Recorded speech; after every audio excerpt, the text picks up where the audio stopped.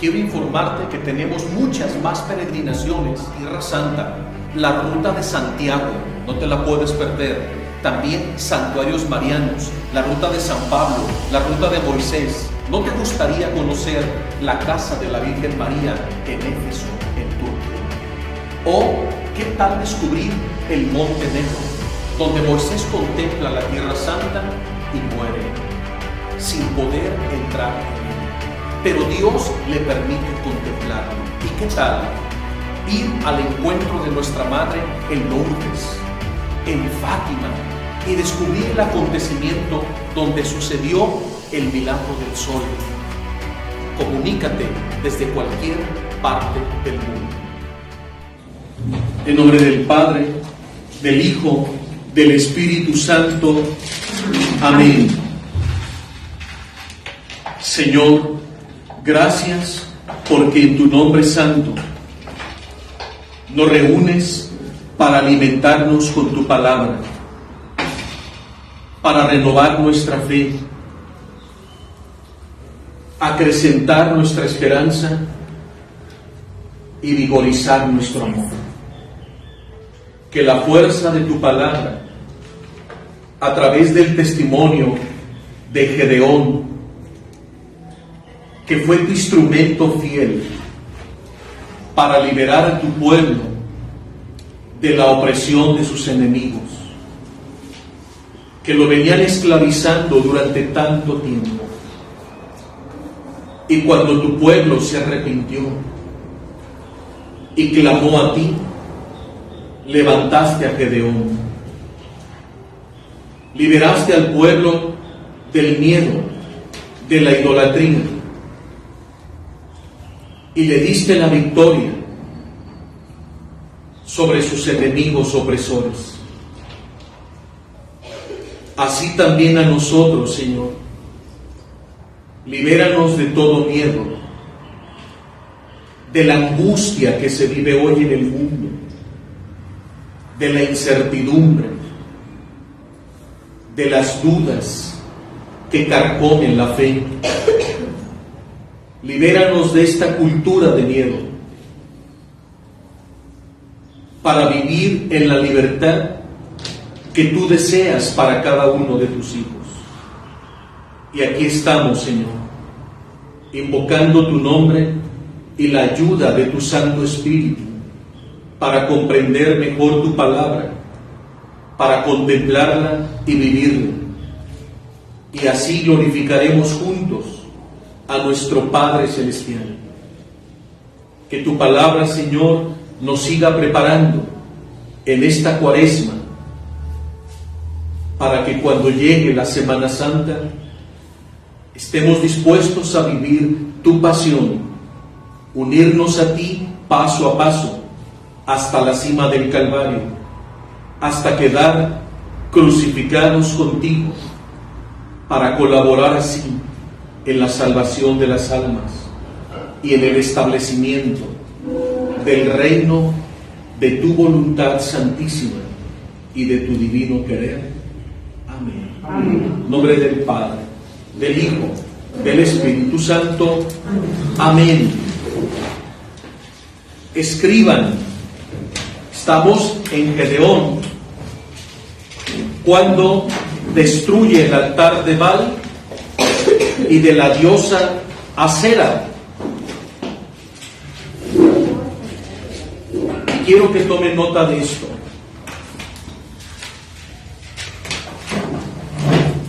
Gedeón, estoy dictando, antes de liberar a su pueblo de sus enemigos,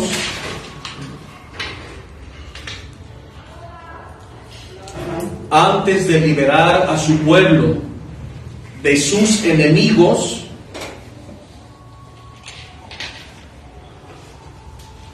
lo liberó del miedo a Baal y a sus seguidores.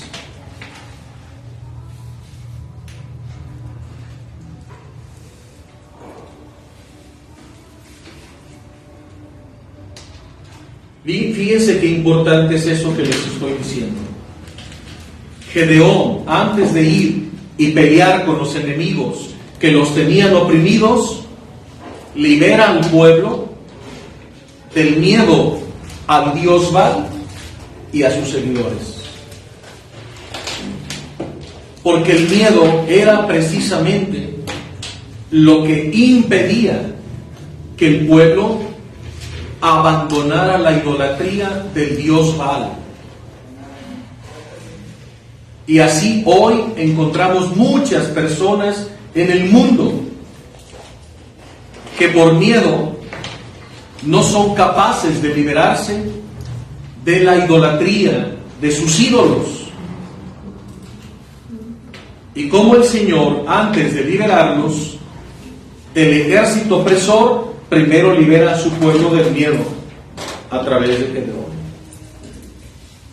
Así también nosotros como papás debemos primero liberar a nuestros hijos de temores, de miedos, para después liberarlos de otras instancias opresoras.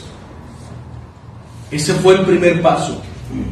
Al destruir el altar de Baal y de la diosa Acera, destruye el altar de ese ídolo y construye un altar a Dios. Por eso el pueblo le dio el nombre de Yerubbaal. Yerubbaal. Pues decían que Baal, que ese ídolo pagano, se defienda de Yerubbaal, ya que Yerubbaal derriba sus altares. El pueblo necesitaba ver un hombre así, valiente, decidido y radical. Capítulo 6 del libro de los Jueces. Leí parte del verso 32 para que lo subrayen. Yerubbaal. Y luego, una vez que Gedeón ha destruido el altar de Baal y de la diosa Acera, ha construido el altar a Yahvé, ha liberado al pueblo del miedo. Ahora Gedeón le va a pedir al Señor una señal.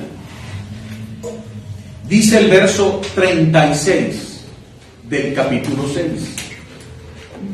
Gedeón le dijo al Señor Dios: demuéstrame que quieres salvar a Israel por medio de mí.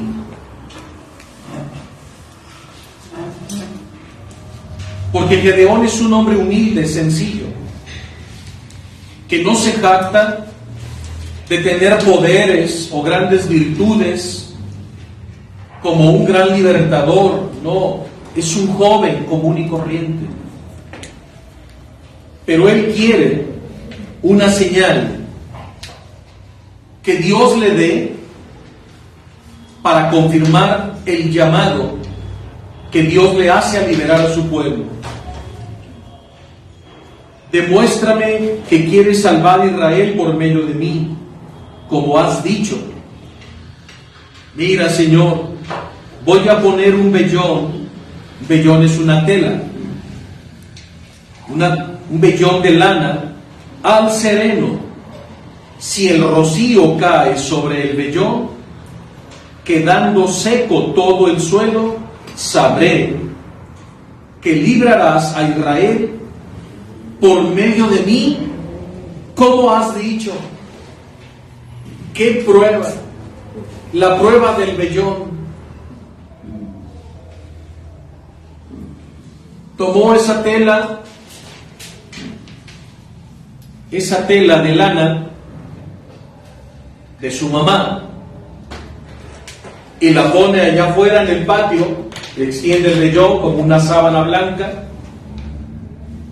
y le hace esta indicación al Señor: sé que vas a mandar el rocío durante la noche. Si al amanecer todo el rocío cayó en el vellón y todo lo demás aparece seco, entonces sabré que yo soy el enviado por ti. Y se fue a dormir. ¿Qué les parece? Pero se levantó muy de madrugada, nervioso. ¿Qué irá a pasar? Voy a salir y voy a ver el vellón. Y oh sorpresa, sale y encuentra el vellón lleno de rocío y todo alrededor seco. ¿El Señor le confirmó su misión? Sí. Y sucedió que Gedeón se levantó muy de madrugada, tomó el vellón y lo exprimió con el rocío que cayó durante la noche y llenó una vasija de agua, como diciéndole al Señor, ¿te queda claro? Una vasija de agua. Gedeón dijo al Señor, no te enojes conmigo si me atrevo a hablarte una vez más. Permíteme que repita por última vez la prueba del vellón. Otra vez. Por segunda ocasión, pero ahora al revés. Voy a volver a extender el vellón. Ahora que el rocío caiga alrededor y el vellón amanezca seco. ¿Qué les parece? ¿Atrevido? Sí.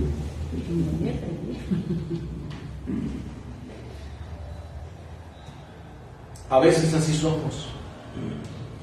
Pedimos señales, ¿verdad? El obispo Fray Juan de Zumárraga también pidió una señal a la Virgen. ¿Y cuál fue la señal? Las flores. Las flores. ¿Y por qué el obispo pidió flores? Porque era diciembre, mucho frío, y arriba en un cerro, en el Tepeyac, más frío, más seco, no va a haber flores, ¿verdad? No es primavera. Y en la cima de ese cerro, más difícil. Pidió una señal difícil, pero para Dios no hay imposible. Pero pidió una señal difícil. En esa época era difícil conseguir flores, y más flores silvestres arriba de un cerro. Y estamos en el mes de diciembre, y la Virgen le mandó las flores, ¿verdad? Y cuando el obispo vio caer las flores, entendió inmediatamente la señal. Juan Diego era el enviado de la Virgen María. Pero también, ¿por qué pidió flores? Ustedes como mexicanos saben muy bien, porque son mexicanos, ¿verdad? Sí. ¿Sí? ¿En sus venas corre sangre mexicana? Sí. Sí, ¿verdad? Entonces, como buenos mexicanos, sí van a saber. En nuestra cultura mexicana, ¿qué significan las flores? Amor. Amor.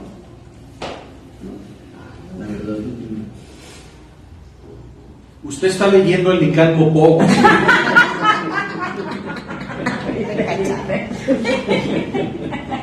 Bueno. No están diciendo nada.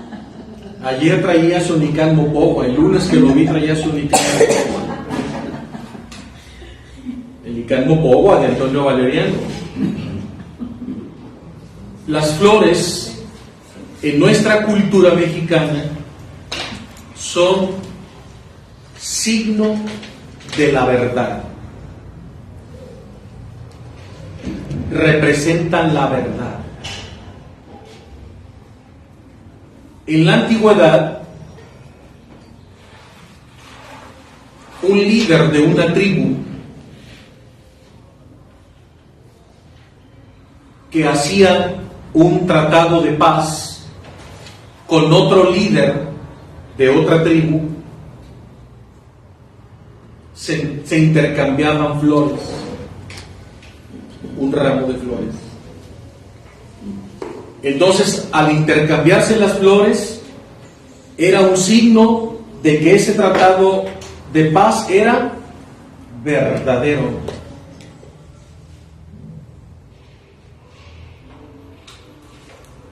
Entonces nuestros antepasados usaban las flores como un signo de verdad. Por eso la cultura mexicana es florida. Y nos encantan las flores. Y en nuestros jardines tenemos flores. Dentro de nuestras casas tenemos flores. Cuando alguien se casa, ¿qué lleva la novia? Un ramo de flores. Cuando alguien se gradúa, ¿qué se le regala? Flores. Cuando alguien se muere, ¿qué se lleva al sepelio? Flores. ¿Qué se coloca encima de la tumba? Flores.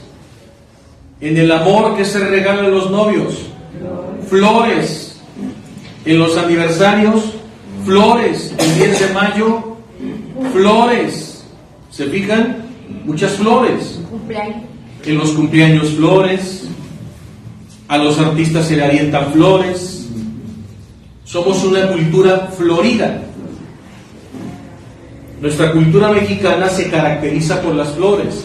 Incluso hay flores comestibles y sopa de flores y la flor de calabaza, etcétera. ¿Verdad? Somos una cultura florida. Cuando los españoles llegaron, eso les llamó la atención. Ver todas las casas de los mexicanos bellísimas, limpísimas. Si algo le llamó la atención a los españoles era la pulcritud, la limpieza del pueblo mexicano. Y ver en todas las casas flores y flores colgantes. En sus canoas llenas de flores.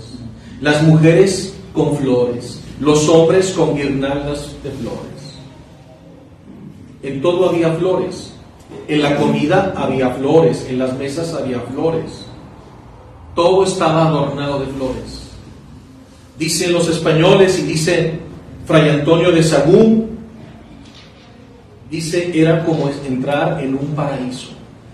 Así lo describen los franciscanos. Cuando llegaron en las barcas con Hernán Cortés. Dice, cuando llegamos a la gran ciudad de Tenochtitlan, dice, era como un paraíso. Nunca habíamos visto algo así en toda Europa. Nosotros veníamos, dice los franciscanos, de una cultura del primer mundo. Pero cuando vimos este mundo quedamos maravillados. Dice, ver a las familias, los esposos, los niños, todos con flores, las casas, todo. Dice, era un paraíso. En el lago de Texcoco, todo era impresionante. ¿Se pueden imaginar el paisaje? Ellos dicen cosas asombrosas. Entonces, cuando entre familias se hacía una alianza, ¿qué se regalaban? Flores. Hasta el día de hoy. Muere alguien, vamos al sepelio y llevamos flores, coronas de flores. ¿Verdad? La novia trae un ramo de flores y se lo pone a los pies de la Virgen. En las misas, los altares están llenos de flores. El Santísimo tiene flores. Todo. Si tú empiezas a observar la cultura mexicana, y en esa época era más, esto se ha disminuido, pero aún así hay flores, porque era el símbolo de la verdad. Y la Virgen mandó flores como señal de que sus apariciones y su mensaje era verdadero. Y el manto, no el manto, el vestido rosa palo de la Virgen de Guadalupe, ¿de qué está lleno? De flores. Y cuando los aztecas, las demás tribus mexicanas, vieron a la Virgen florida, ¿qué entendieron? Que era la verdad. La verdad. ¿Y cuántas flores hay en el vestido de la Virgen? No muchas. No, la de 9. Sí, son 9, pero quieres saber el número. Miren. Ni el que está leyendo el Nicán Mopogua sabe. ya vi que se equivocó. Me hizo así. 7. No es 7. Has leído mal. Yo que todavía no llego a ese El que dice que todavía no llega a ese capítulo. Diego sí sabe. No, Diego, así que va a andar sabiendo. Ese Diego va a inventar un número al que caiga. ¿Cuántas flores, Diego? 12. No, 50 y no sé qué. ¿Cuántas dices? 50 y no sé qué. No, el vestido. Maestra, no diga eso. No le viene bien a una maestra decir. Le hiciste caso a la compañera.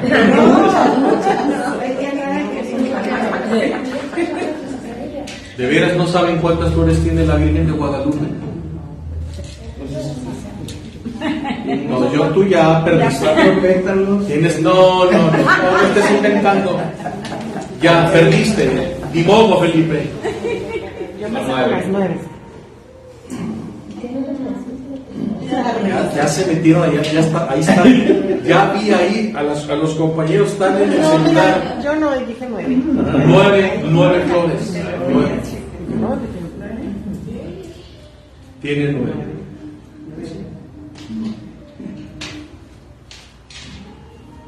Y dentro de esas flores hay una especial que está en su vientre, es única. Es única, no se repite esa flor, que es el jazmín, la flor mexicana. ¿Y qué significa ese jazmín? Ya no quiere decir nada. El de Nicán Mopogua. ¿Qué quiere decir esa flor? Que está embarazada del niño Jesús. Así es. De la madre. Es una flor solar, el jazmín mexicano, que es esa florecita con 4 pétalos que forma como una especie de cruz. ¿Sí? Bastó ver esa flor para que ellos creyeran que era la Madre de Dios, la portadora de Jesús. ¿Por qué una flor? ¿Por qué en otro signo? Porque la flor en la cultura mexicana es símbolo de ¿qué? De verdad. Y al tener una flor en el vientre, verdaderamente es la Madre de Dios. Verdaderamente, no hay duda. ¿Sí? Es la verdad. Y luego las flores ni se acuerdan de la tilma.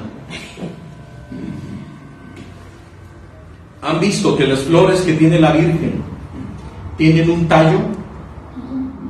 No solo es la flor con un tallo. ¿Sí? A ver, visualicen la imagen de la Virgen de Guadalupe. ¿Sí?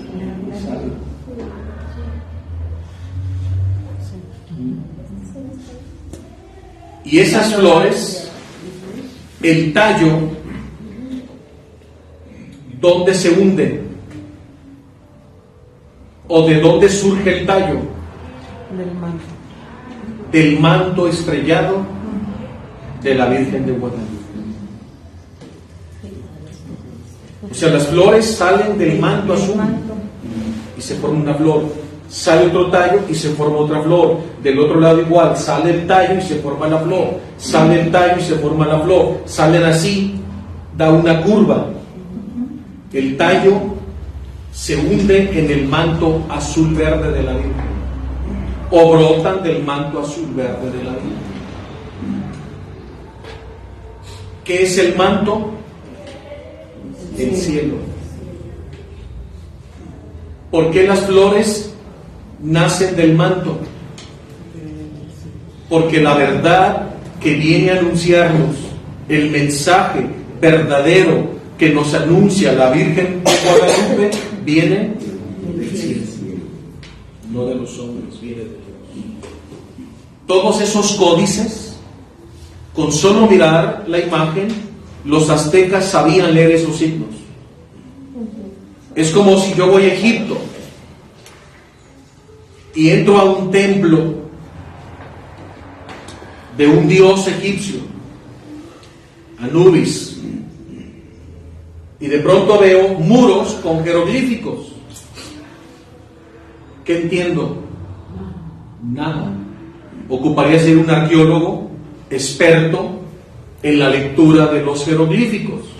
Entonces yo me siento como mexicano y veo un muro de jeroglíficos con figuras, pues solo se me hace bonito, pero no sé leer nada, porque yo leo en español. Los egipcios era su lectura. Entonces, en cambio, llega un Egipto y ve eso y entiende perfectamente y lo empieza a descifrar. Y lo hace con una habilidad como tú y yo leer un trozo en español. Así eran los aztecas. Los mexicanos se comunicaban a través de códices. Entonces a ellos les bastaba ver un códice y sabían lo que decía ese códice. Y cuando ven a la Virgen y ven todos los códices, no dudaron, creyeron de inmediato, porque ellos sabían leer los códices. Y nosotros, que ya no sabemos leer códices, ocupamos la explicación de expertos, como el padre Eduardo Chávez, el postulador de la causa de San Juan Diego y el apóstol de Santa María de Guadalupe. Es el sacerdote en todo el mundo más cualificado, experto y docto en materia guadalupana. Otros sacerdotes y laicos han hecho estudios maravillosos, pero todos no le cuadramos al padre Eduardo Chávez. Él es el experto. Por eso fundó la Universidad Guadalupana, una universidad donde se forman licenciados y doctores en acontecimiento guadalupano. Qué interesante. Y está ahí a un lado de la villa, la universidad, y él es el rector y ha escrito muchísimos libros. Por eso digo que Felipe estaba leyendo el Nicambo todo, porque no lo suelta, lo trae mucho y lo lee. Y es un libro que el padre Eduardo te va explicando verso por verso, todo. Te lo va desglosando el Nicambo Pogua de una manera magistral, como pocos lo han hecho. Se lo recomiendo. Pero miren, aún así no supo cuántas flores. Entonces acá Gedeón le pide una segunda señal y Dios se la va a dar. Permíteme que repita por última vez la prueba del vellón. Ahora que quede solo el vellón, que quede seco el vellón y todo el suelo cubierto de rocío. Y Dios lo hizo así aquella noche. Quedó seco solo el vellón, mientras todo el suelo estaba cubierto de rocío. Cuando Gedeón ve la segunda señal que Dios le da, no tiene la menor duda de que Él es el libertador del pueblo de Israel. Moisés ¿no le pidió también una señal al Señor? ¿Y qué señal me das para saber que yo voy a ser el libertador de Israel y que lo voy a liberar de la esclavitud del faraón de Egipto? ¿Y cuál fue la señal que Dios le dio a Moisés? Le dio dos señales. Dos. ¿Cuál fue la primera señal para ti? Hoy ni tu esposo te puede soplar. Tampoco sabe allá que el hombre que está ahí preocupado y no te mira porque le voy a preguntar a Dios.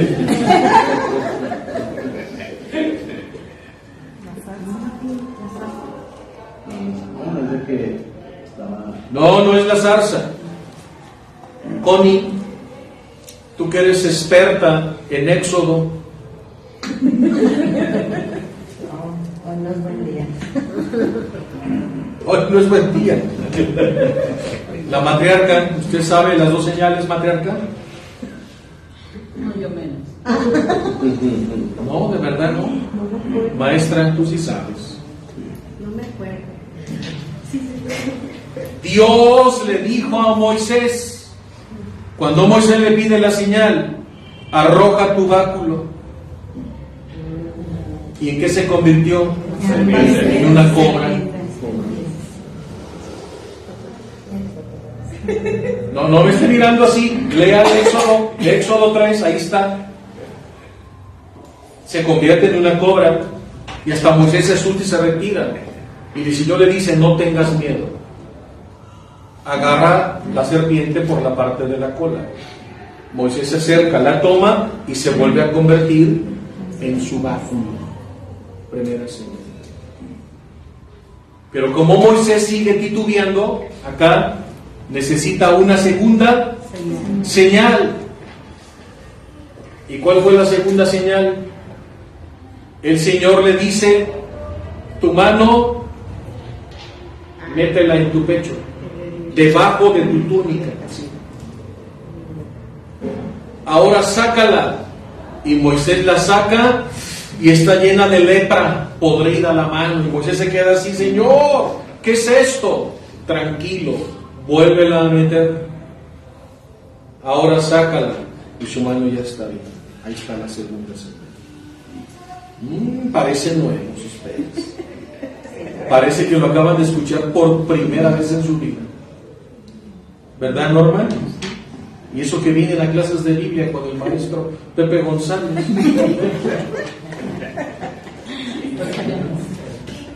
Tienen un maestro muy deficiente, no les ha enseñado bien. ¿De veras no se acuerdan de estas dos señales? Sí, ya que las platicas. Bueno, pues lean Éxodo 3 y verán, ahí están las dos señales.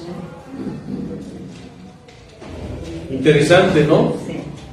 Y pues también acá, Gedeón le pide dos señales.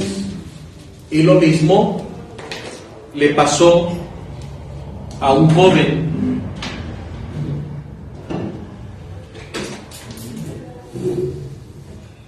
A Valentín. ¿Sí les he contado lo que le pasó a Valentín? ¿No? Este muchacho estaba indeciso si se hacía sacerdote o no. Sentía el llamado vocacional, pero dudaba. Entonces nos fuimos a un retiro a la primavera. Nos prestaron una cabaña allá muy adentro, internada en el bosque. Era Semana Santa. Íbamos a estar ahí 4 días internados en el bosque, meditando la pasión de Cristo. Padrísimo. Llevaba como 100 jóvenes. Imagínense, puros varones. Allí estuvimos, hicimos la cena de Pascua. Padrísimo. Todo un retiro. Y luego ya me llevé a los muchachos, los interné en el bosque, así, pero muy adentro. Y ahí nos quedamos todo un día, pero cada quien solo. Solo les permitía llevar un tarro de miel, una hogaza de pan, un bote con agua, su reloj y su Biblia. Nada, era todo. Antes de partir, con un hacha que yo llevaba, cortamos un tronco enorme, seco, lo cortamos, y entre todos armamos una cruz. La amarramos, pesadísima, la levantamos con cuerdas y la dejamos en una parte de la montaña que bajaba, ahí dejamos la cruz.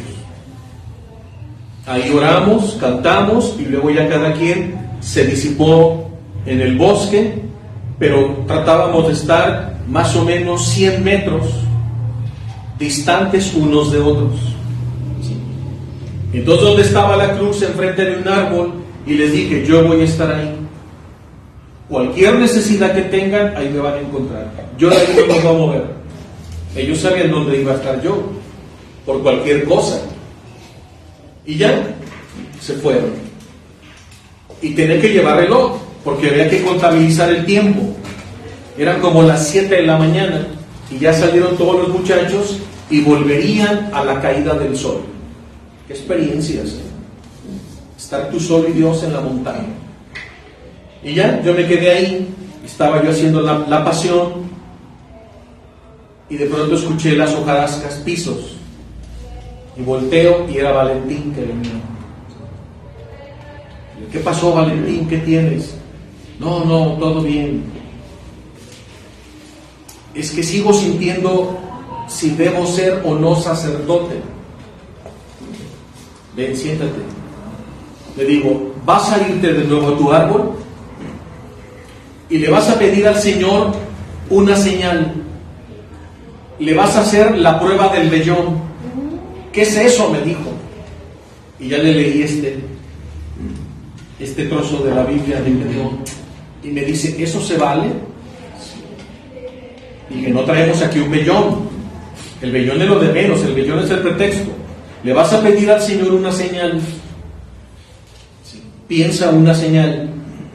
Te vas a ir a orar y le vas a decir, Señor, dame una señal. Y ya. Entonces Dios nos ofende. No, ve y dile. Y ya se fue. Y yo, ay, Señor, mándale una señal. Señor, mándale la señal. Yo me quedé debajo del árbol. Y ya yo seguí meditando la pasión.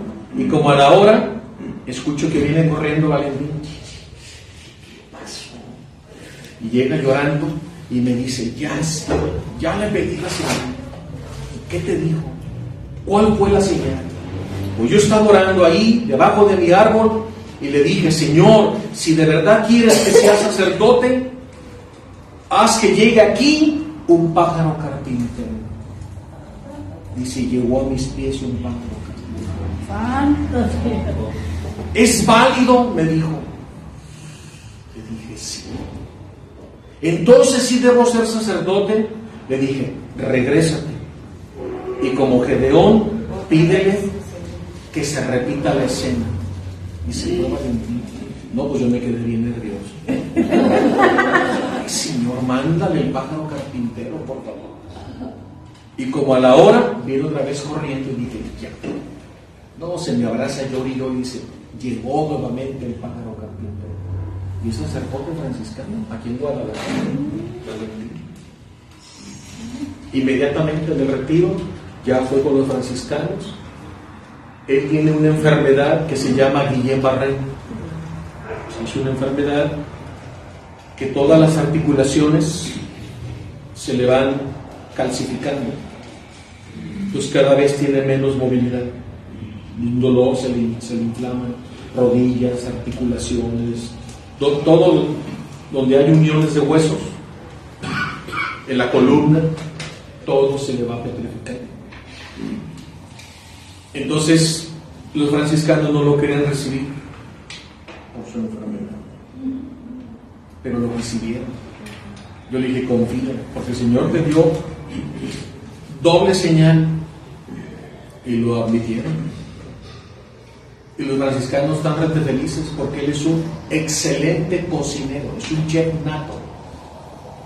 A nosotros él, cuando estábamos en la casa de formación, a todos los jóvenes era el cocinero oficial y nos preparaba unas ollas de comida increíbles.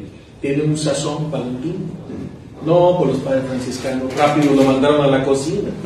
Entonces él anda con su hábito franciscano. Ya tiene ahí como, de esto que les estoy hablando, hace casi ya 30 años. Él está con los franciscanos y su sacerdote. Qué interesante, ¿no? Cómo el Señor le habla a través del pájaro carpintero. Le da dos señales, como a Gedeón, la prueba del vellón. O como a Moisés. Pues ahí está la prueba. Y Moisés también le pidió señales. Fray Juan de Zumárraga también le pidió señales. Sí. Y así también Gedeón, y hay muchos en la Biblia. Claro que es válido. Y también Valentín. Sí. Y él no dudó, creyó y entró al seminario y consagró su vida a Dios. Qué bonito, ¿no? El Señor nos habla de muchas maneras. Así es de bueno el Señor.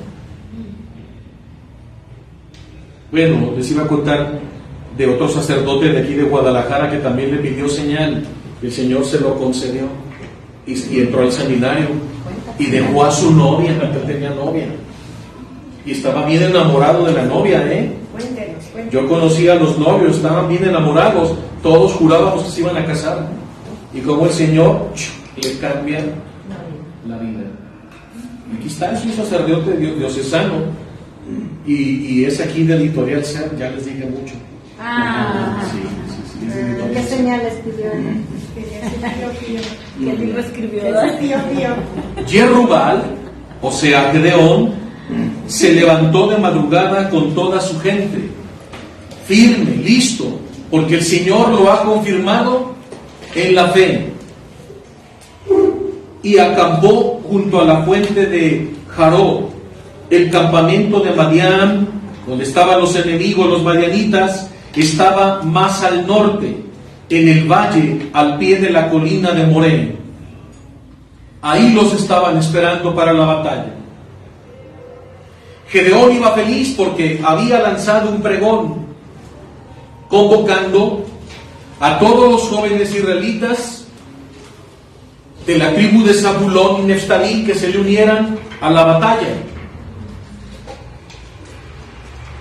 Y los jóvenes, ya libres del miedo y de la idolatría, de pronto ve llegar un batallón de israelitas, 32,000.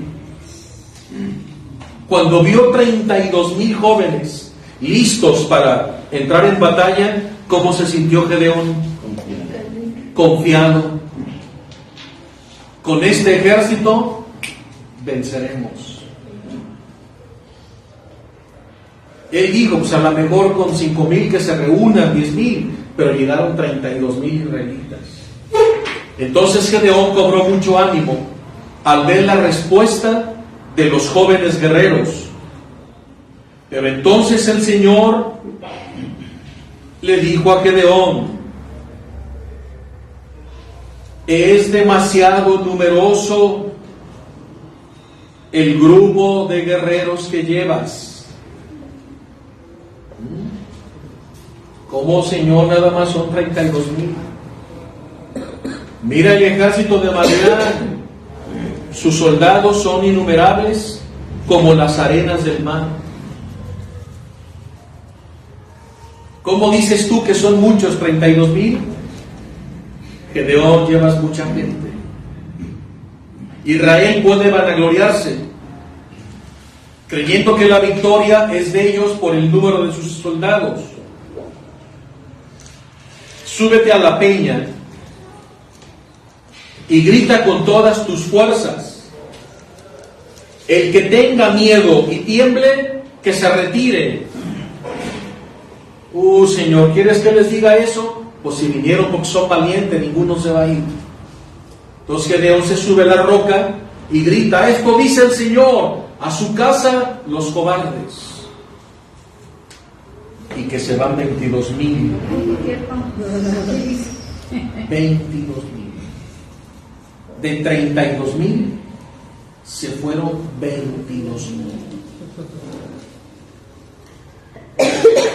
¿Qué significa eso? A su casa los cobardes.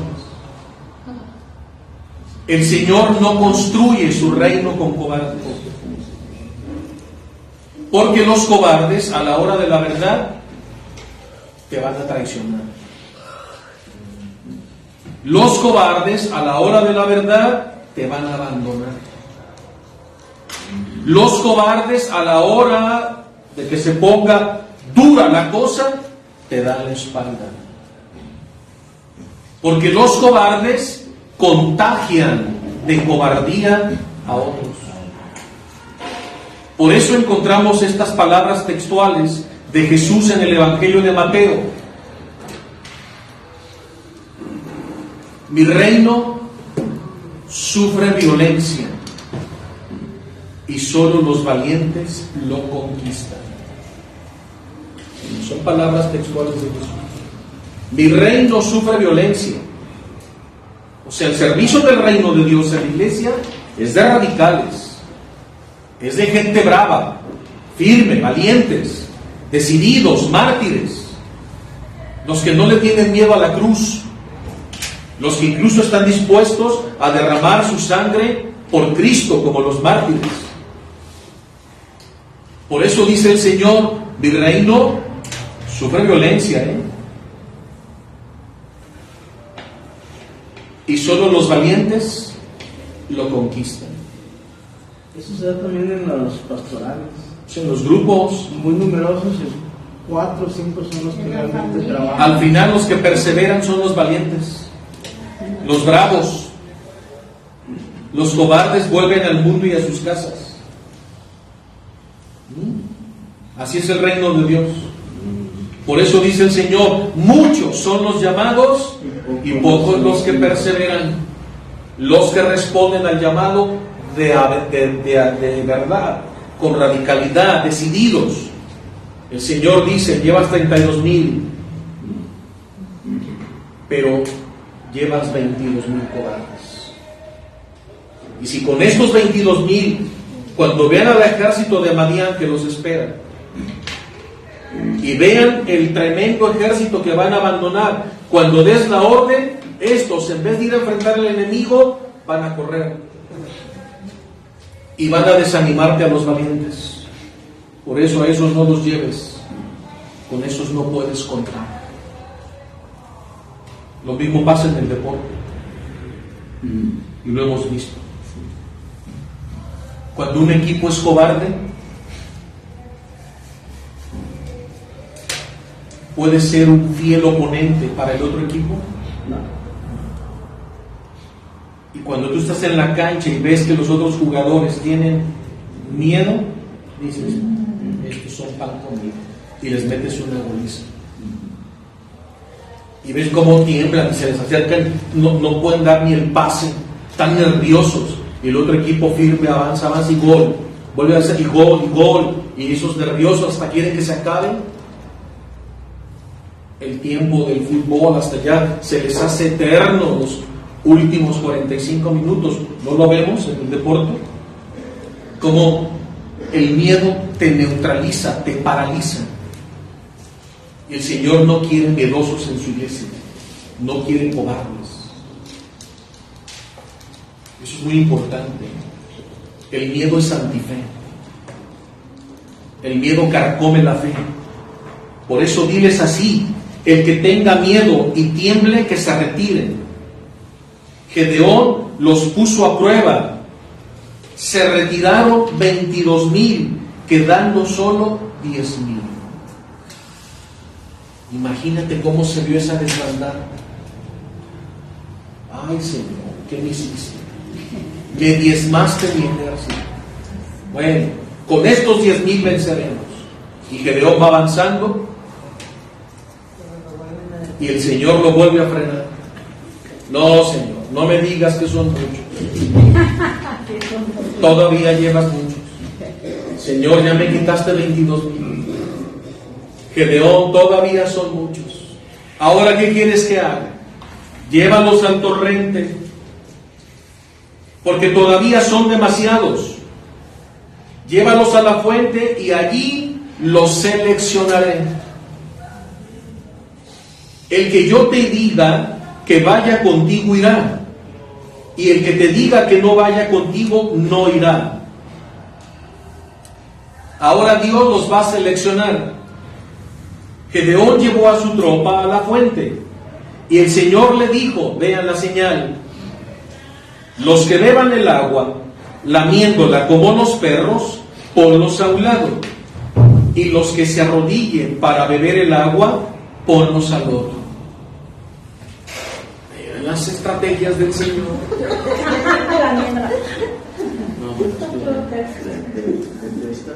¿No les parece extraño? No. La forma en que el Señor va a seleccionar.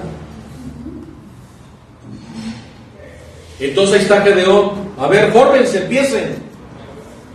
Y si alguno lamía el agua como los perros, a la derecha. Los que se arrodillaban, bajaban el brazo y la llevaban a la boca, a la izquierda. Pum, pum, pum. Y resulta que los que lamieron el agua como los perros fueron 300. Y los otros, 9.700. Y el Señor le dice, despide a los 9.700. Y te vas a quedar solo con los 300 que lamieron el agua como los perros.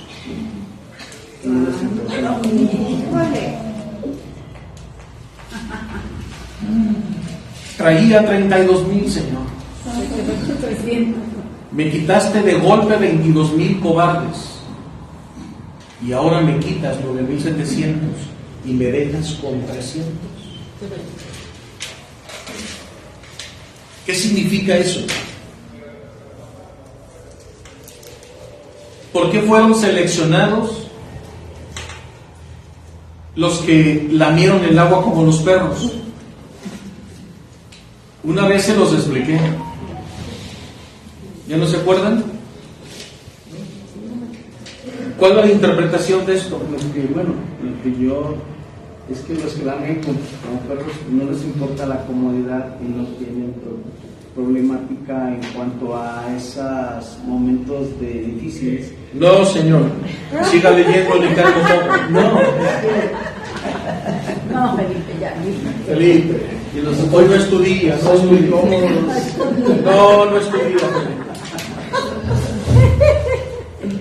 Pati no le dio de desayunar hoy a Felipe. Pero mira, ¿qué le da risa? Porque no sabe tampoco. Y espera que yo le pregunte. No le hables como los A ver, Diego. No le hables como los perros. ¿Cuál es la interpretación de esa No le hables. hazaña? No, por favor,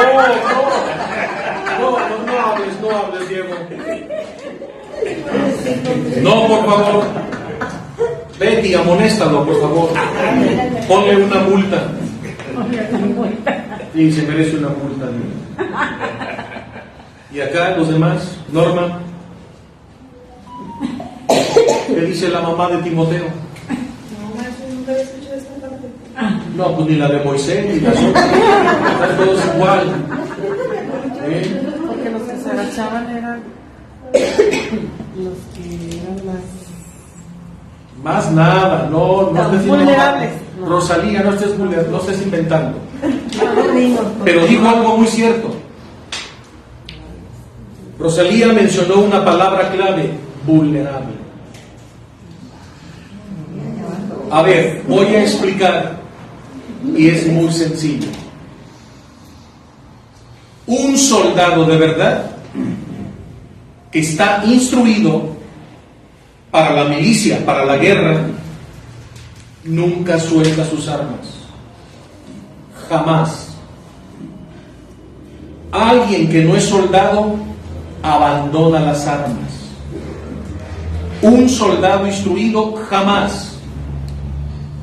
Y un soldado instruido, cuando va a beber agua de un torrente, entre los arbustos, las piedras que hay ahí, los árboles, ¿puede haber escondidos enemigos? Porque van a ir a enfrentar a un ejército, pero puede haber soldados que se han venido a la vanguardia y los pueden atacar. Y pueden estar ahí. Un soldado instruido jamás bebe el agua como un perro. Por eso el Señor le dice, los que se arrodillen, ¿sí?, y con su mano beban el agua, sepáralos. Esos son guerreros, de verdad. Esos son soldados instruidos. ¿Cómo hace un soldado instruido? Tiene su escudo en la izquierda y la jabalina, la lanza, y aquí la espada. Un soldado instruido jamás se agacha al beber agua, porque queda vulnerable, expuesto. El soldado instruido está todo el tiempo mirando a izquierda y derecha. Está aquí el torrente, ni siquiera ve el agua. Él está así mirando y con su mano toma agua y está bebiendo. Si sale alguien o ve venir una lanza, rápido se cubre, saca la espada y lucha. Nunca suelta el escudo. Y está bebiendo así, porque está alerta. El que no es soldado, el que no es guerrero, deja el escudo, la espada, la lanza, se tira de bruces, pone las manos así, está corriendo el charquito, está totalmente agazapado.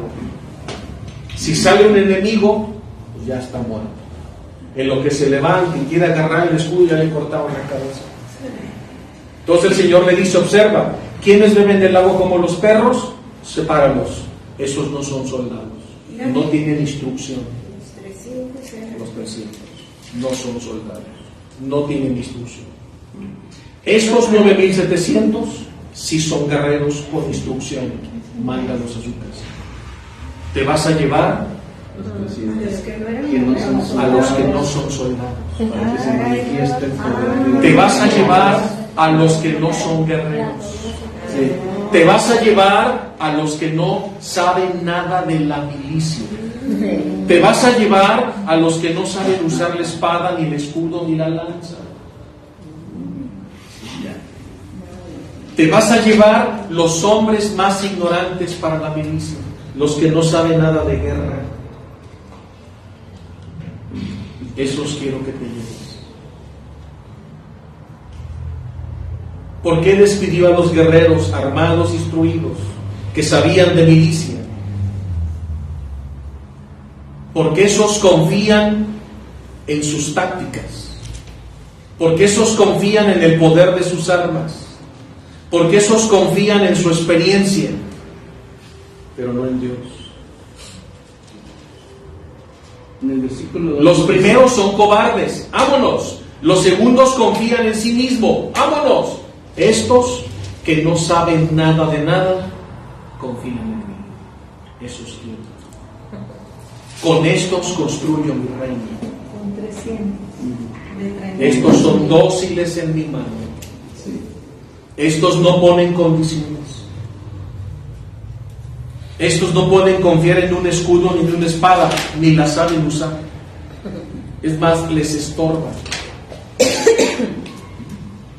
Estos quieren.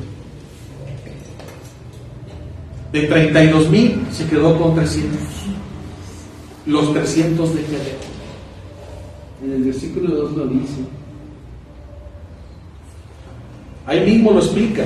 Los que bebieron el agua, lamiendo la copa, sumaron 300. El resto se arrodilló para beber, llevando el agua a su boca con la mano. Eran guerreros, estaban instruidos.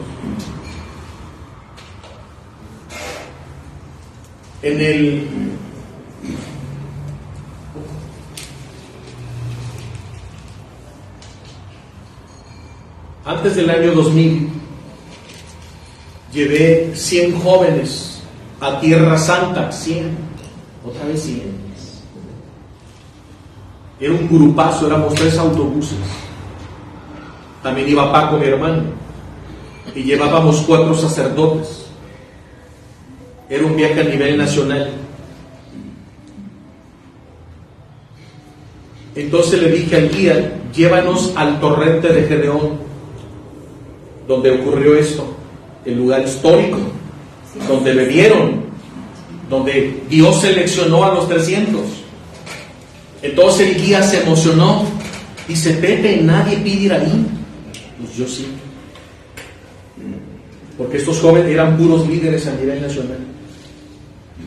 Entonces dije, tienen que escuchar el mensaje. Y ya llegaron los 3 autobuses, nos bajamos, estaba el torrente. Así, no hay nada construido, está como hace 2000 años, así, tal cual. No hay nada. Y ya todos los jóvenes alrededor, ya esperé que llegaran todos, hice la lectura, ¿sí? Y les dije, a beber el agua. No hubieran visto. Iba una religiosa teresiana, ella fue la primera.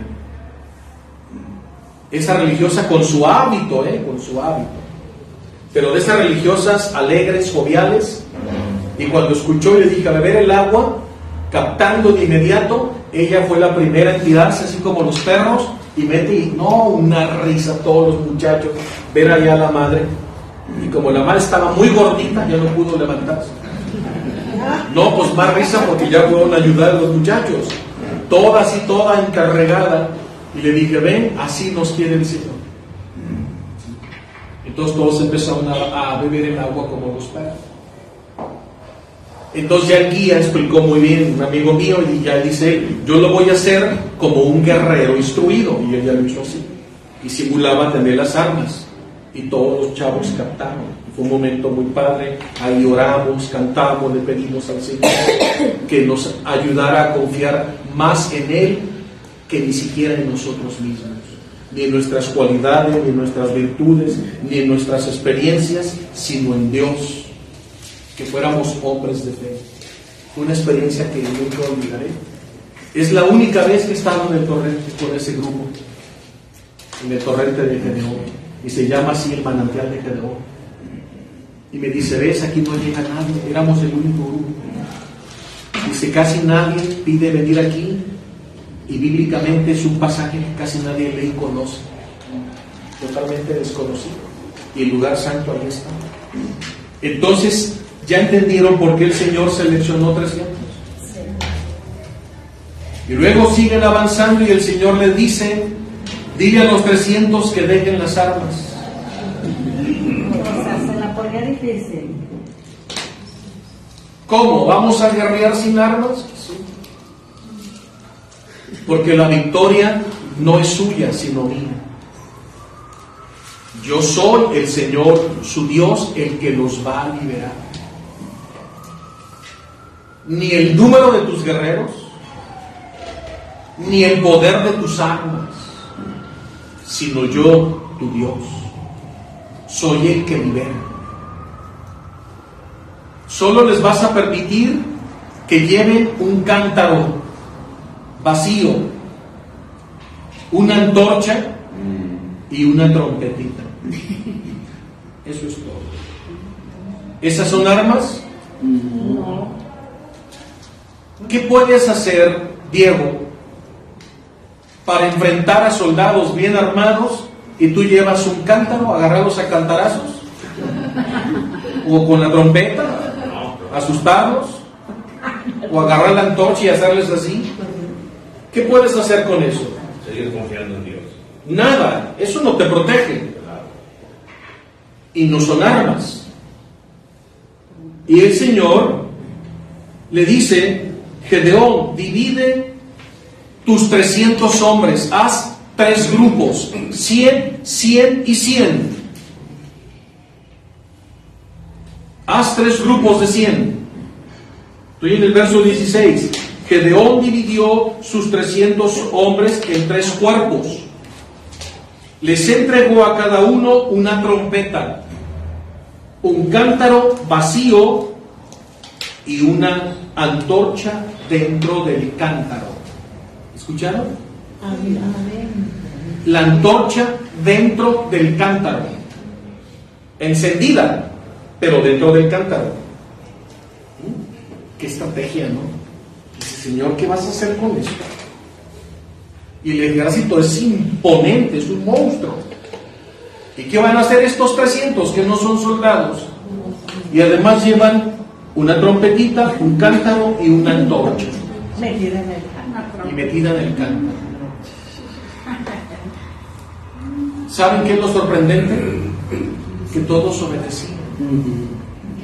Nadie decía, Gedeón, esto es ridículo, o sea, vamos a hacerlas reír, ¿qué se trata? Todos obedecían. Porque el Señor quiere docilidad.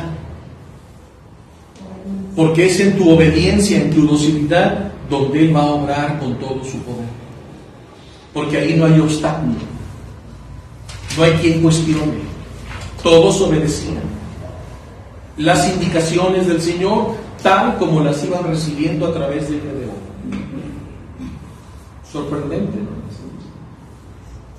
Las tácticas de Dios no son nuestras tácticas. Los proyectos de Dios no son nuestros proyectos. Santa Teresa decía, las aviondas me estorban. Las aviondas me estorban, quiero ignorantes. Porque en los ignorantes manifestaré mi sabiduría. Porque en tu debilidad manifestaré mi poder. Así es Dios. ¿Se fijan qué interesante? Te invitamos a que sigas al maestro dando clic al botón rojo suscribirse que se encuentra abajo del cuadro de video. Después pulsa la campana para recibir nuestras noticias.